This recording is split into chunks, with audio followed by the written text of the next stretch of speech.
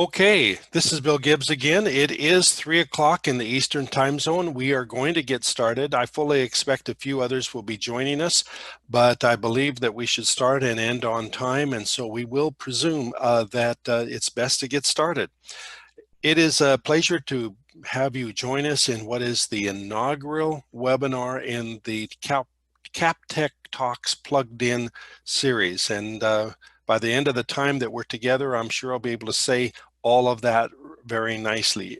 But it is a delight to have the Plugged In series getting started, and I think that you'll really enjoy this first speaker that we have, and we'll be introducing her in just a moment.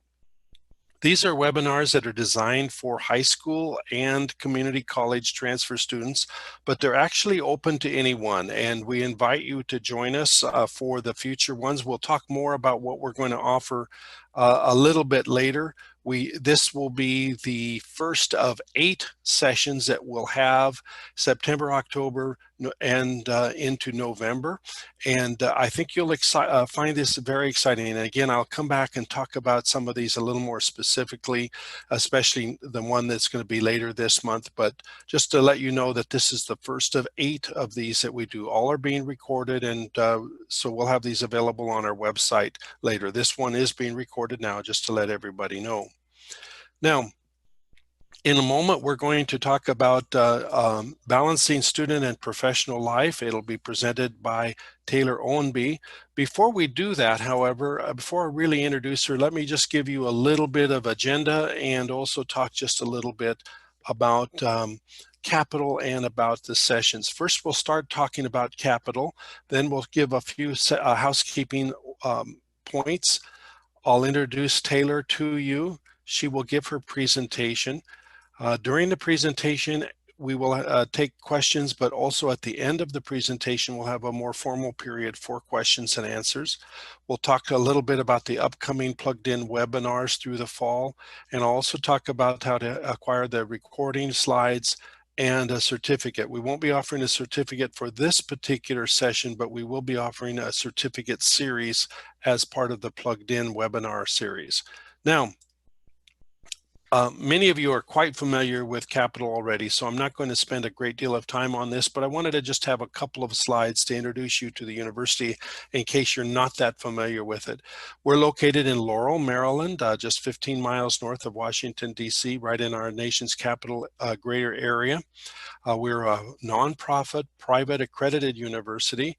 We are accredited with the Middle States Commission on Higher Education, regional accreditation, which is the highest level of accreditation available to universities in the United States.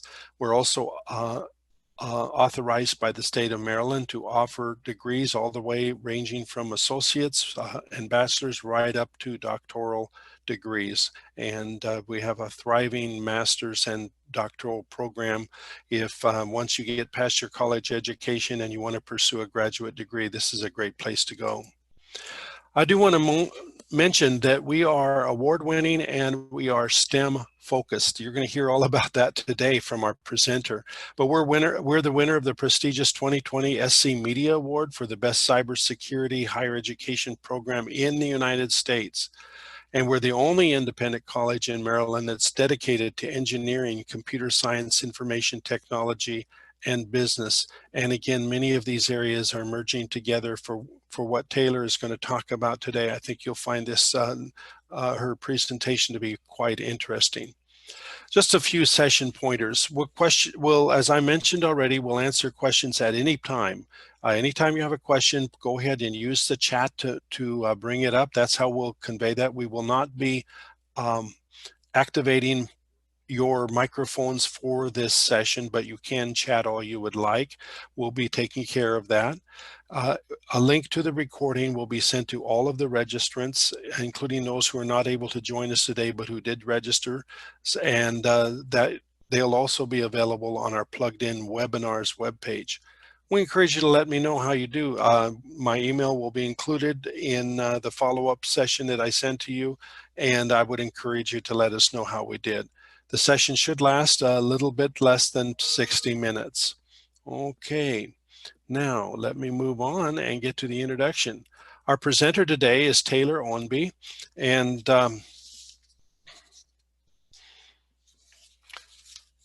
She will be presenting on balancing student and professional life working in the digital forensics and cyber battle labs.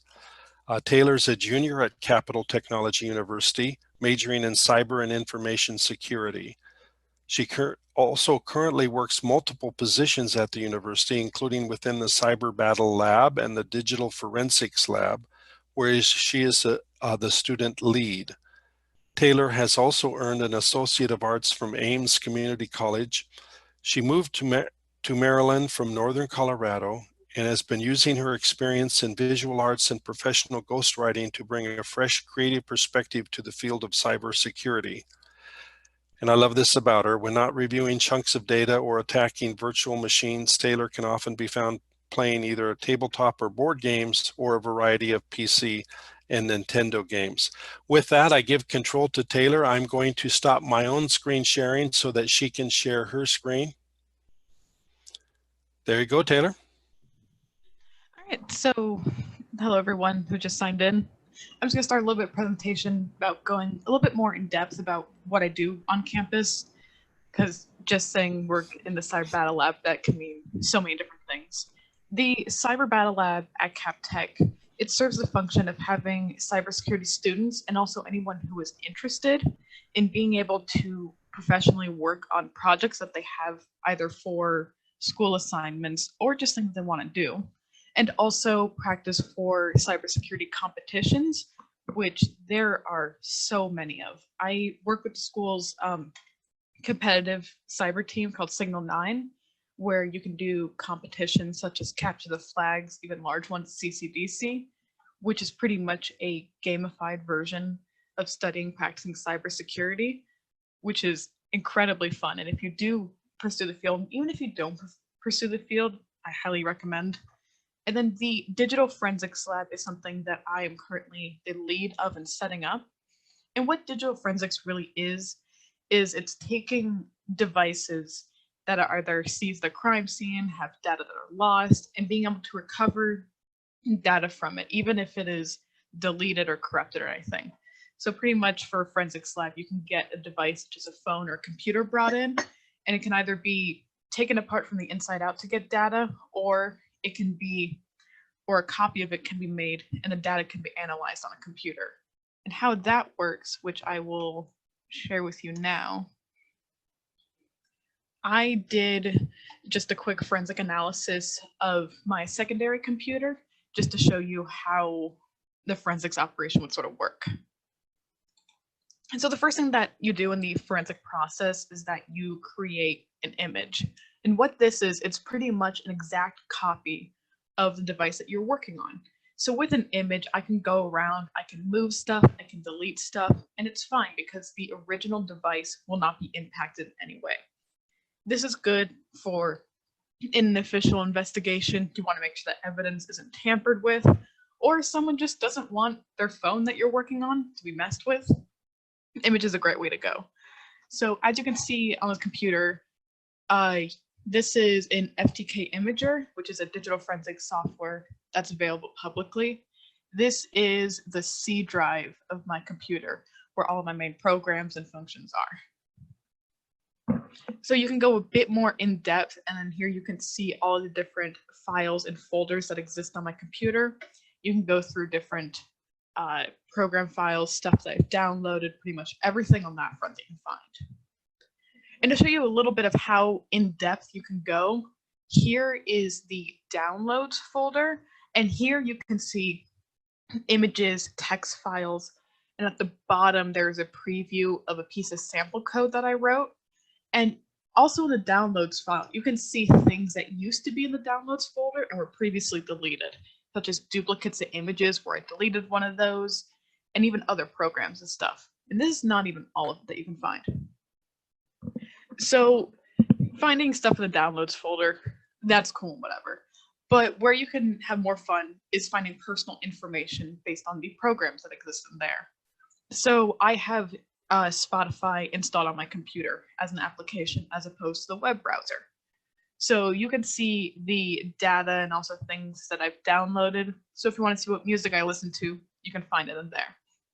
But you can also see the users that are logged in. So here you not only have my name, which is easy to find, but also the username for that account. And then a bit more in depth that you can go into. So I have lots of games installed on my computer, and none of them are in the same spot. Some of them are saved directly on my desktop, some on my C drive, some through Steam. So they are scattered all throughout my computer. Now, despite that, you can find pretty much the majority of them all in the same spot. So I can see all the .exe files that I have. And again, the screenshot does not include all of them, but you can even see the size of the files that all exist and the date that they were added on there, which sometimes you are not able to find on the user end of your computer. And from there, you can go even more in depth because each of the games have their own save files, which you generally cannot access on your own unless you want to mess with save file. You'll usually need administrative privileges. But through software such as Ftk Imager, you can just go in there right off the bat and see everything that's in there. And something that's very interesting is, for example, there's a game called 2001: A Space Felony, where some of the game mechanics involve taking pictures. However, these pictures are not saved onto your computer. They are only accessed in the game. I can't go into my pictures folder on the computer and find them. However, through Ftk Imager, I can go into the game save file where I can't even access it on my own computer's end and see all the images that I have on there. And you can go even one step further into finding even more game information. So here, it doesn't look like much at first, but each of these folders, or most of these folders, are game developers for specific games. So the one that's selected is Nathan Brower right now. And you can see in the hex on the bottom, if you look over on the right, it'll say Siren Head Retribution, and Nathan Brower is the developer for that game. So you can get even more detailed information of each single program that is on your computer. And of course, looking into what game developers made the games that are on your computer, that is all fun and all. But where digital forensics has a great use is being able to find information. So if you accidentally wipe your phone, you're able to recover some of the data. Or if someone has committed a crime and they have emails that link them to that on their computer but were previously deleted, you can go into the different download folder, browser history, pretty much everything and anything that is saved on a computer, you can analyze through here. So it's incredibly useful and also incredibly fun. And some other programs that I personally really use in digital forensics, most of which are free. Autopsy is probably one of the best ones in the field. It's Ftk Imager, but ramped up a little bit. So you can also see in here that it has similar user interface. The view of the hex is pretty similar. And then there's what's called the evidence tree over here on the left, which will allow you to see folders within folders and see where things are located. And then Wireshark, which is another great one. So Wireshark is very different from Autopsy and Ftk Imager. This software pretty much analyzes all of the network traffic going through your router or whatever Wi-Fi you're connected to, and it'll analyze what sort of protocol it is and also what the IP addresses are. So if I do an analysis of the Wi-Fi in my apartment right now, and one of my roommates is on Google right now, I would be able to see that their device is connecting to Google and their server IP address. So even though I am not seeing what they're doing on their computer, I can see it through Wireshark, which makes it super, super easy to do analysis of. So that's just a quick little sample of what forensics pretty much is. And so in the school's digital forensics lab, this is some of the things that we do. And there's chat notification. Okay, cool. So the digital forensics lab is something that I am personally leading. And one of the questions that I get asked quite frequently is sort of how you are able to balance professional life and student life. Because at CapTech, mainly in the cybersecurity program, they most students by their junior year, some even sophomore year, will take classes either mostly or all online or at night because they will be working either part-time jobs, internships, or even full-time jobs in the field. I personally know multiple people at the school, some as young as sophomores, some who are seniors, who are working full-time for private companies, federal agencies that they can't even disclose, even though they haven't even graduated yet, which is a lot to handle. And even though my professional work is mainly through the school and not through a different agency, I've also been doing presentations and work for the Cryptologic Museum, which is a museum run by the NSA locally near Laurel, Maryland, doing some stuff with various nonprofits. So pretty much myself and everyone at the school is kept rather busy, which can be a bit alarming at first. It's very difficult, especially when you think about that most college students are between the ages like 18 and 21. So the fact that most, if not all of them, are professionals is incredibly great. And I'm not just saying that as a selling point. It is honestly something that I've personally noticed and will see myself. I have gotten conditional job offers and right there job offers for multiple government agencies and private sector jobs, including the Pentagon through the United States Marine Corps. And this was last year when I was technically a sophomore. So field of cybersecurity stuff is very, very lucrative. So if that's a field you're going into, you're going to have a great time. I'm going to stop real quick to see if there's any questions right off the bat before I keep rambling on. So if you have any questions, feel free to add them in the chat. I don't believe you can unmute yourself in webinar mode, so you have to use the text chat function if you do have any questions. And if not, no worries.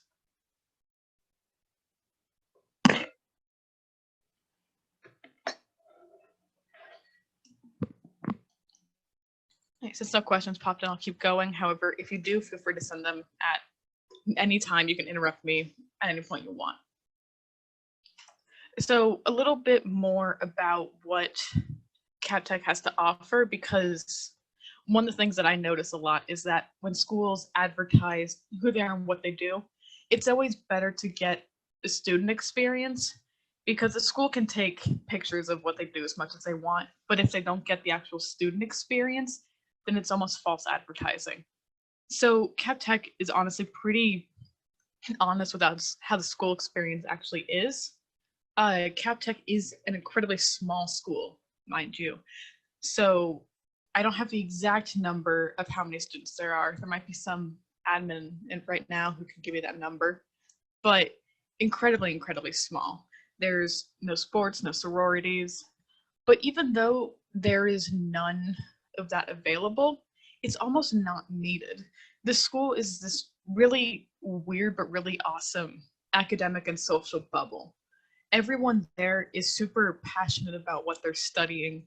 They'll spend their free time studying or working on personal projects within their field and throughout the various labs.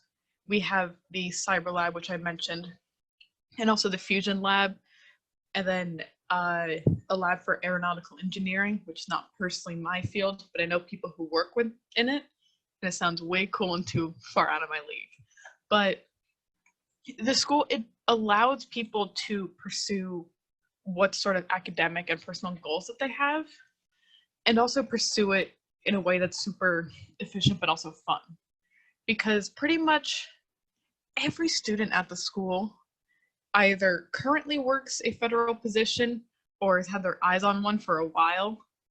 So I would say the majority of my peers have a security clearance and haven't even graduated yet.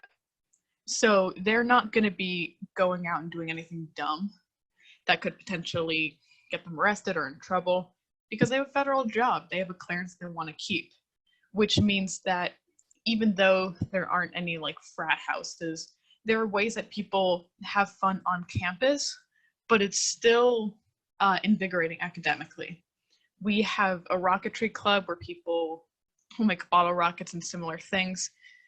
We have people do drones, board game, tabletop games, pretty much always a video game tournament happening somewhere, somehow. So it's a great like bubble. So if you want to pursue what you want to do academically, that is Cap Tech is honestly one of the best places that you can go for it. And that is not something that they specifically asked me to say at all. That is just me saying that personally. It is a great way to pursue what you want academically. So even though the school has a lot of majors, I can only speak to the cybersecurity side. But the cybersecurity program, I would say, is the most popular at the school. So by the time you're a freshman, you're already taking classes that are in your major. And what's really great about that is all the classes that you take are entirely hands-on. So one of my friends personally had a professor who worked at a company for other cybersecurity topics. And they would deal with recent graduates from other schools, and they had all the textbook knowledge, but had not even touched any sort of the software that I had started using freshman year. And the software, in my case, is in fact Wireshark. So you'll be able to get hands-on knowledge right off the bat, which is fantastic. So I know I've been talking a lot about the school, what they offer and everything. I don't want to sound too much like an infomercial, because one of the topics that I said I would bring up is sort of how do you balance student life and professional life, which is something that myself and a lot of my peers have to deal with, given that the majority of students before they graduate are professionals in the field, whether on campus, through government agency, or private sector job. And it's a really difficult thing to do, because if you're passionate about something, you want to pursue it 24/7, which myself, I've been guilty of. I've just wanted to sit down with the forensics project or training and do absolutely nothing else, and everything else just seems much less important. But one of the best ways to sort of foster a balance between professional life and student life is to get other hobbies that are not related to your profession. So a lot of students at the school are super passionate about tabletop games. We have a thriving art club and community. We have video games, and also a lot of students, for instance, some of them, even though they study cybersecurity, they'll be pretty active in the Fusion Lab, experimenting with 3D printing and other things. And vice versa, we'll have people who major in engineering and know pretty much nothing about cybersecurity, but will come in to study and learn and see what it's all about. So I personally enjoy a lot of tabletop and online PC gaming, and also visual arts has been mentioned. So being able to foster those sort of hobbies foster those hobbies that are separate from your major is one of the best ways to bring balance to that. And I'm gonna pause again just in case there's any questions in chat. Feel free to type them.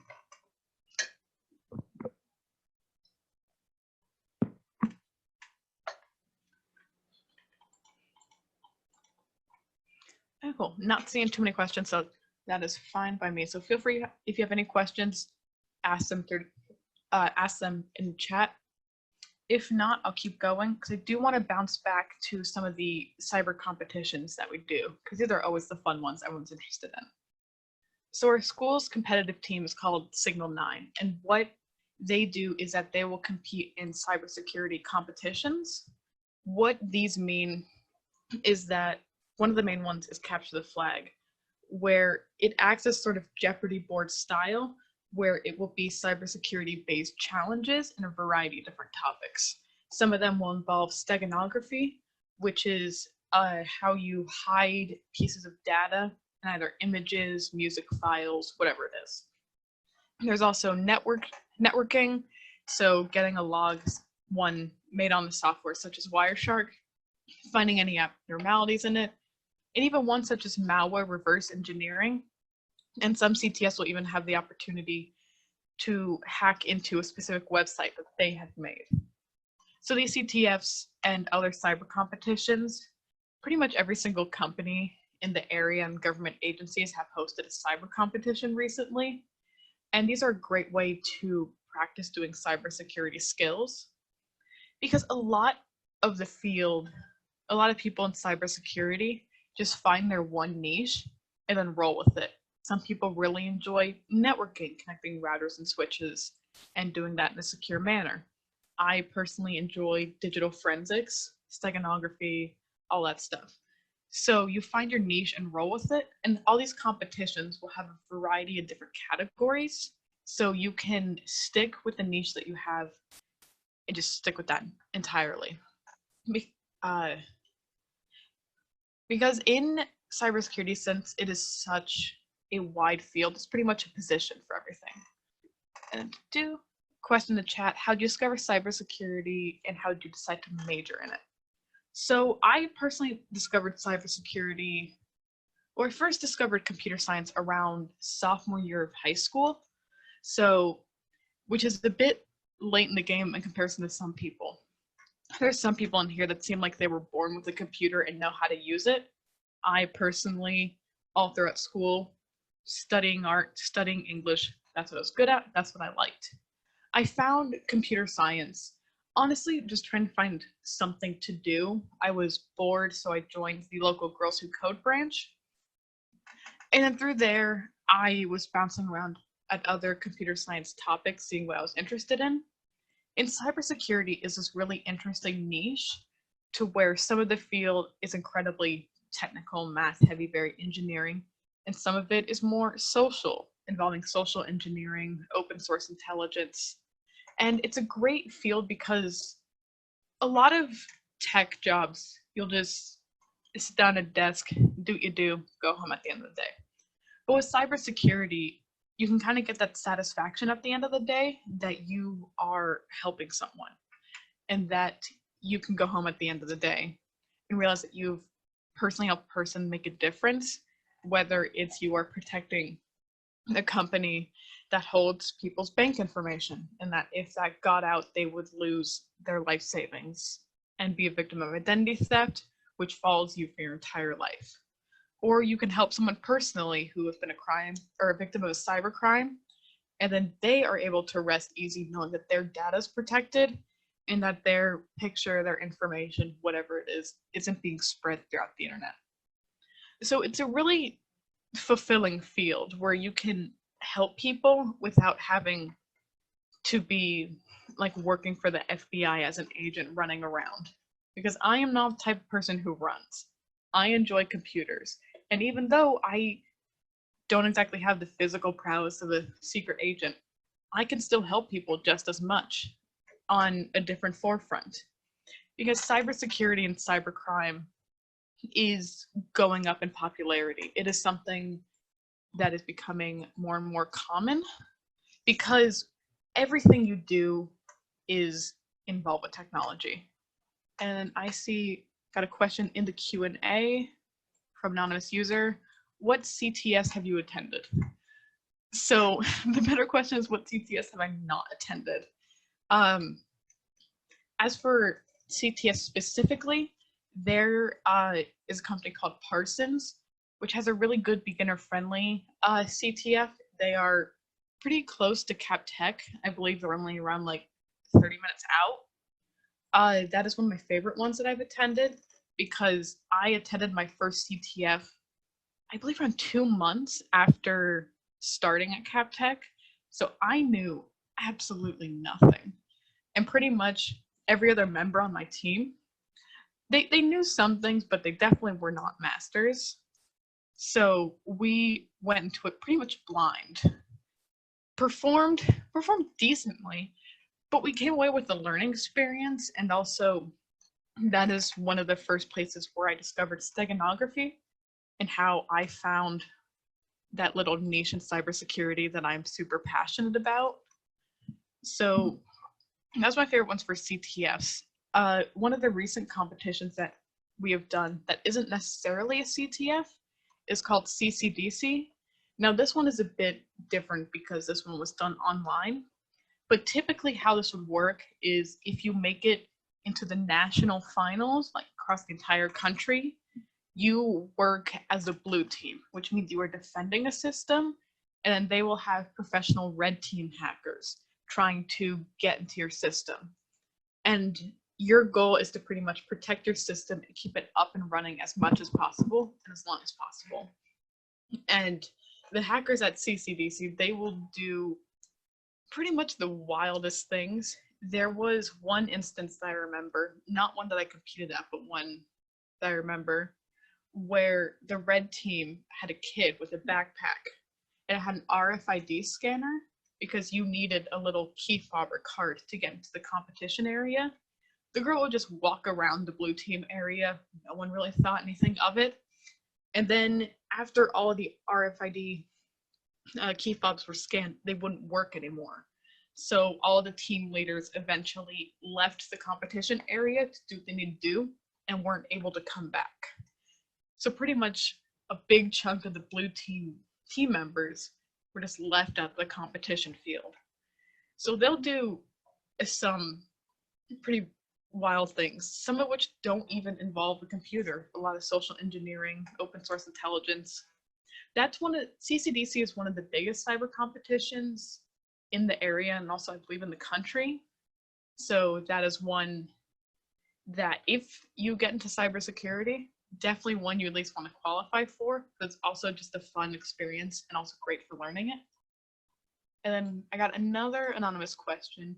Do you have any advice for students who are thinking about breaking the cybersecurity field but don't know where to start? So that was pretty much me. I went into cybersecurity knowing absolutely nothing. I could draw well, but cybersecurity really doesn't involve drawing. So one of the best things that I can advise people is to just search around online and find what you like. Since cybersecurity is such an important field and also a field that is very limited in people, there's such a huge job gap. A lot of companies will offer free moral stories, don't trust little girls. Yes, especially when they work on red teams. But since cybersecurity is such an in-need field, a lot of companies will offer free training online. There's Cyber, which has some free ones, Cyber Aces, and also things such as Code Academy and Khan Academy. They will have free training, and that's not even breaking into all the YouTube channels that post about cybersecurity. So if you want to break into cybersecurity, I would just offer to look around, see what you find, and see what interests you. Because even though, specifically for CapTech, a lot of people come in with experience, not everyone does. I did not come in with any professional experience. The only official technology class I took beforehand was a programming logic course where we didn't even touch a computer. So I wasn't coming with experience, but CapTech is super beginner friendly and will help with that. Some of the resources that I use personally to break into cybersecurity is Code Academy, because learning how to code is super beneficial in any field in computer science, and it'll also help you understand how computers work and how programs work. Python, C, and C++ are languages that I personally recommend. However, you can't really go wrong with any language. Cyber used to have free modules, some of which are paid now. However, they have the free modules, which are incredibly useful. And then there's a whole multitude of YouTube channels. Crash Course has cybersecurity and computer science based ones. You can pretty much find whatever cybersecurity and computer science niche that you have, you can find it online. So even though you don't have any official experience, or you might not, as long as you're passionate about the field and you're ready to learn, that's honestly all you need. That's all I came in with.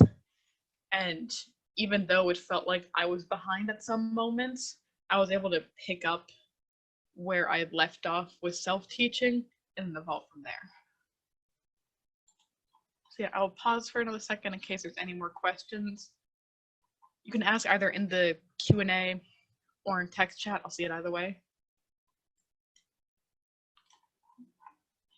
But yeah, thank you for the questions everyone's asking. These have been great so far.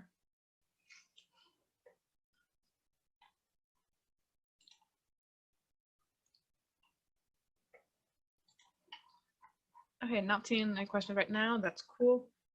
So I'm just going to ask Bill real quick if there's any other questions or pointers since we're nearing slightly towards the end. Is anything that you would like to add? You are doing great. I've been really enjoying what you had to say, and I like how you've handled that. Probably the only question that I have, it's not really a question, it's kind of leaping off of some of these things, is um, you mentioned that almost all of the other students that you know are either working full-time or part-time for a private company or for a federal agency. What's that connection? I mean, how are they finding out about these positions? Are those companies coming to Capital, or is Capital reaching out to them? What is the connector that makes this all happen? Yeah, of course. And to the person who just asked a question in Q&A, I see that's all answered, don't worry. But so CapTech has a career fair, I believe once or twice every single year, to where multiple federal agencies and companies will come in to basically, it's more the companies advertising themselves to students as opposed to students advertising them to companies. Last time I was there, the FBI was there, remember them? They were super popular. However, myself and most other peers that I know, even just going around and applying to just jobs online, because I personally, to my friends, will apply to full-time jobs which require a bachelor's degree and 7 years experience in the field, still apply to those even though we're second, third year students. And a lot of time we'll actually get a call back because a lot of our coursework is hands-on and trains you for the professional field, which is absolutely fantastic. So with cybersecurity and also just STEM and engineering in general, since the jobs are so in demand, it's pretty easy to find jobs. Websites such as Indeed or LinkedIn will be your best bet to find jobs. However, even just through connections at the school, a lot of the professors are either current or former federal employees or have good connections with private sector companies that work in the field. So even if you don't look around online, you'll be able to make connections and find jobs through there. So it's honestly very easy to find jobs that are available. There was this one point where I had been accepted for like 2 or 3 jobs in the field at the same time, which is very stressful to figure out. But if you just go out and search for it, you'll be able to find something that you like. And chances are, if you continue to talk to them and you'll keep working on your training, they'll call or email you back.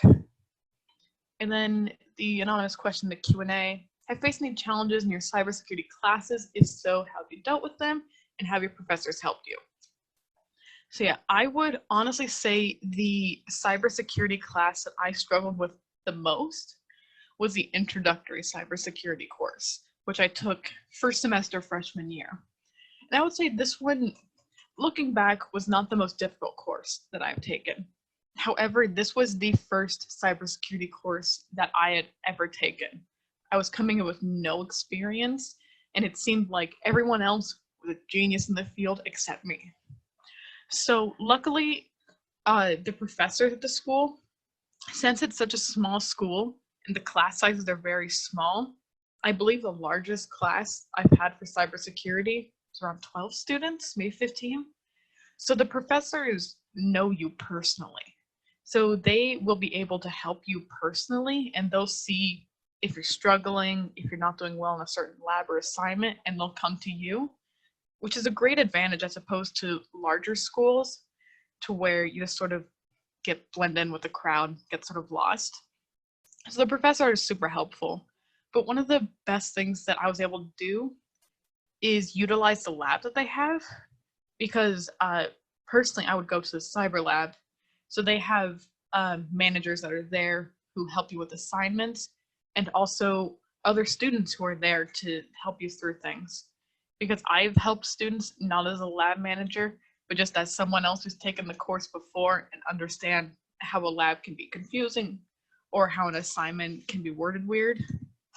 So it's really great because with the small school, all the students sort of have like a nice community. I pretty much know I think the vast majority of all cybersecurity students.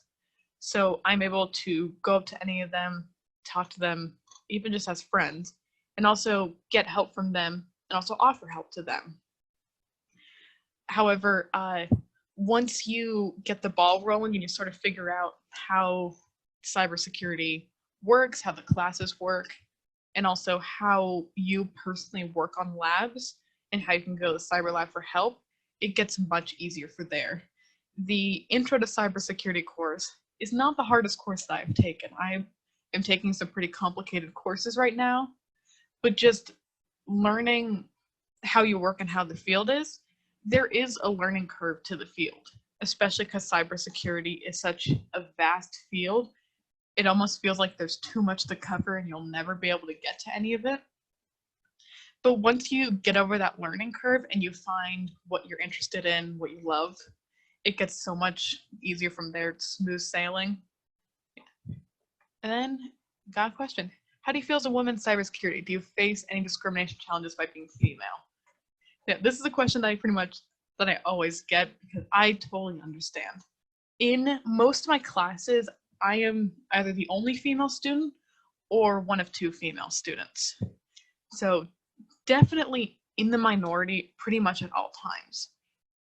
And you do sometimes, it is inevitable in any STEM field as a woman, you do get looked down on or people perceive you differently.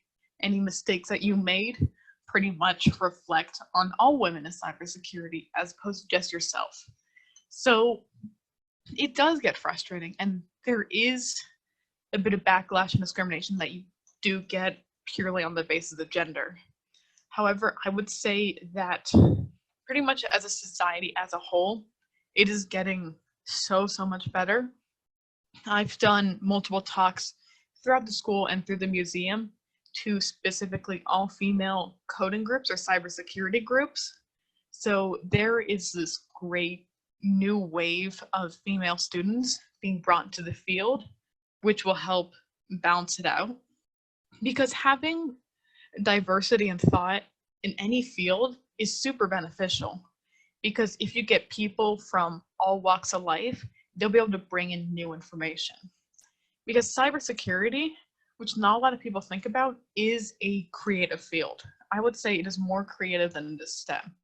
Because a lot of cybersecurity is trial and error, problem solving. Because if you think about it, if you are protecting a system from a hacker, the hacker can pretty much go at it in whichever way they want, however they want, and you have to think about all the new and creative ways that they have to think and to combat them. So having people with different perspectives who are able to think of things in different ways is incredibly useful, and it helps protect security as a whole. Also brings in more diversity in the field, which is personally incredibly important. So yeah, being a woman in cybersecurity and STEM in general, it does have its challenges. However, at the school and even online, there are so many all-female non-binary communities, which are great to be a part of. One of the hackathons that I went to last year called Technica is the largest all-female non-binary hackathon in the country, I believe, and it's hosted at University of Maryland. And it was this huge event, which was just all positive, super promoting diversity. It was fantastic. So even though there are some downsides, which are of course inevitable, there are a lot of positives to it, and the male to female ratio in the field is getting better. So if you are able to join the field and maybe help some other female students get into the field, it makes it all work better. So yeah, thank you for your question. All right, now I'll pause here for a second in case there's any more questions. I know it's hard to type super fast. Do you have a favorite campus lab, and what do you do there? So I would almost say my favorite lab is probably the iCam lab, which I haven't really talked about as much. So the cyber lab is pretty much a computer lab where you can work on different cybersecurity projects, run virtual machines, everything you want to do. The iCam lab is pretty much this room where all the walls are filled with different devices. There's a wall of like smart home devices, and there you're able to work with different devices, take them apart, see how they work, and also test how their security is. One of my friends personally had an assignment where they had pretty much a burner phone that they got for the class, created a social media account of a fake person, and was seeing what sort of malicious actor would target them and what malware they would get. So if they were acting as a 50-year-old lady on Facebook who was really active in her gardening group, seeing what sort of scammers and hackers would target her is really interesting to see. And the iCam lab, I don't work in there personally. However, the forensics lab is a part of the iCam lab. And even though I don't work in there, I love going in there to see what people are working on and seeing what other projects they do. Because on a forensic side, pretty much forensic digital data can be got from any device. Because if you imagine there's a crime scene, someone broke into a house, and they have a smart home, they have the alarm, they even have a smart fridge. All of that has memory and all the devices are connected. You can get forensic data about when they broke in from the alarm.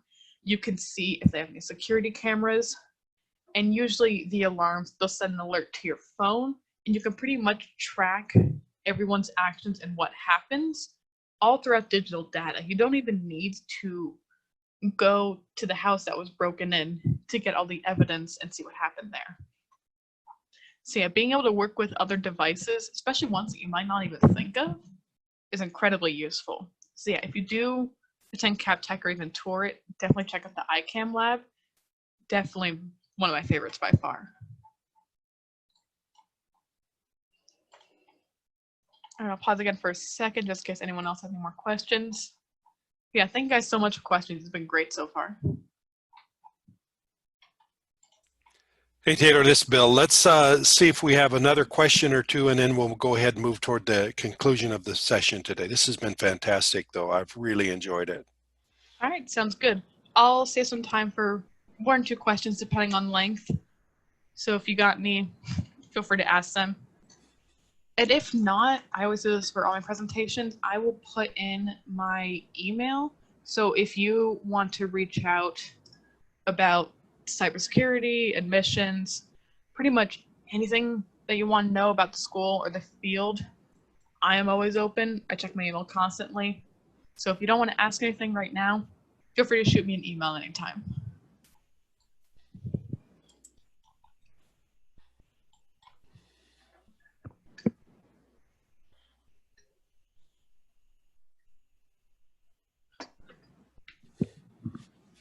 And that might be the last of the questions that people have.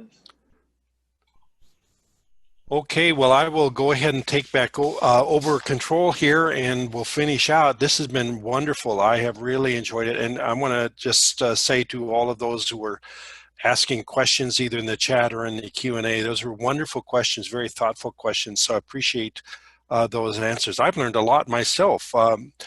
Most people don't realize this. I'm not actually based in Laurel. I work out of Austin, Texas, and so I don't get back to the campus very often.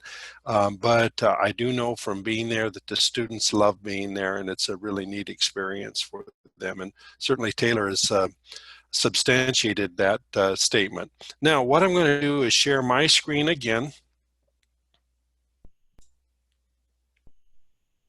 And we'll begin to wrap up. We have, as I mentioned earlier, 8 of the CapTech Talk Plugged In seminars, webinars coming up. We've done the one today, and we have 7 more. I wanted to specifically talk just a little bit about the ones that are on October 3rd, 9th, 23rd, and 30th. I will come back and talk more about the one on the 25th as well. But the reason I want to bring those up is that they are part of a series called the Robotics Project Certificate Series. Those who attend all 4 of those sessions will get 2 things. They will get a certificate in robotics projects. They will also, from Capital Technology University, they will also be eligible to enter their robot. They're using a small robot using a Raspberry Pi. They'll be able to enter their robot into a virtual contest and compete with other students and work in hand in glove with Capital students themselves. So you'll be competing with other high school students, with other community college students under the supervision and guidance of Capital Technology students. So I think it's a great opportunity. But the 4 sessions go through, and they start at the beginning talking about how to build it. They move through the mechanics, they move through the sensors and systems engineering, and they finally get to the programming and visualization. Each one of these are 1 hour long, and they'll be presented by our faculty as well as assisted by students. Now, the presentation is going to happen next week. Let me bounce to that. It's called Capital Technology University Disc Golf Course Companion Application. It's presented by Leif Heaney, who actually prepared an app that for his senior project. He's a graduate of our program now and actually works on our staff, and will be presenting. And this is on the Friday, September 25th at the same time at 3 o'clock. For this and for all other webinars, register at captechu.edu/webinar-series, and that will get you into it, and you can learn more about each of these sessions. But I would certainly encourage people who are considering any kind of, let me get back to that, any kind of robotics, have any kind of robotics interest at all, to consider telling their friends about the certificate program and sit through those 4 sessions. If you can't join us live, you can join us on demand. And that reminds me, each of the sessions are being recorded, as you know, and we will make these available to you and to everyone else who's registered as an on-demand link, as well as will be posted on our website. I'd like to thank everybody for joining us. This actually does conclude the session. So I'd like to go ahead and thank our presenter again. It's been a fantastic opportunity to hear straight from an authentic student who is deep in the throes of this. So I thank you, Taylor. I started to say horse's mouth, and that just didn't sound appropriate, but thank you, Taylor, for everything that you're doing, and I appreciate that. And again, we are officially done. Watch for an email from me probably in the morning that will have a link to the recording and a little bit more information about the next one of these sessions. I do want to also mention that we have our regular traditional webinar series, which will kick in on next week, next Friday at noon, and you can read more about that online as well. Thank you very much, and you may now, we are now officially done, so appreciate everybody, and you all have a great afternoon. Bye now.